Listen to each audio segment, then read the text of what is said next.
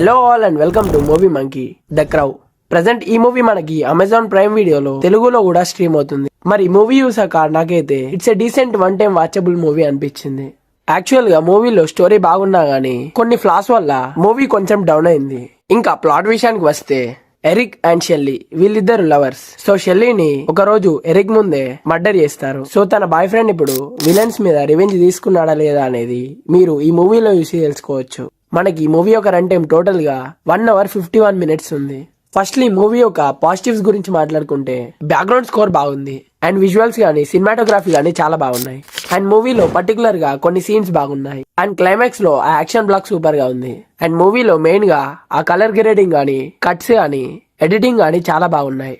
And negatives విషయానికి వస్తే మూవీలో అనుకున్న స్టోరీని పర్ఫెక్ట్ గా ఎగ్జిక్యూట్ చేయలేరు అనిపించింది. అండ్ స్టోరీని స్ట్రెచ్ చేయడానికి కొన్ని అన్వాంటెడ్ సీన్స్ పెట్టారేమో అనిపించింది. అండ్ కొన్ని ఇల్లాజికల్ సీన్స్ ఉన్నాయి. అండ్ వాళ్ళిద్దరి మధ్య రిలేషన్షిప్ ని ఇంకా బెటర్ గా చూపించుంటే బాగుండేది. అండ్ స్క్రీన్ ప్లే కొన్ని చోట్ల బోరింగ్ గా వెళ్ళింది.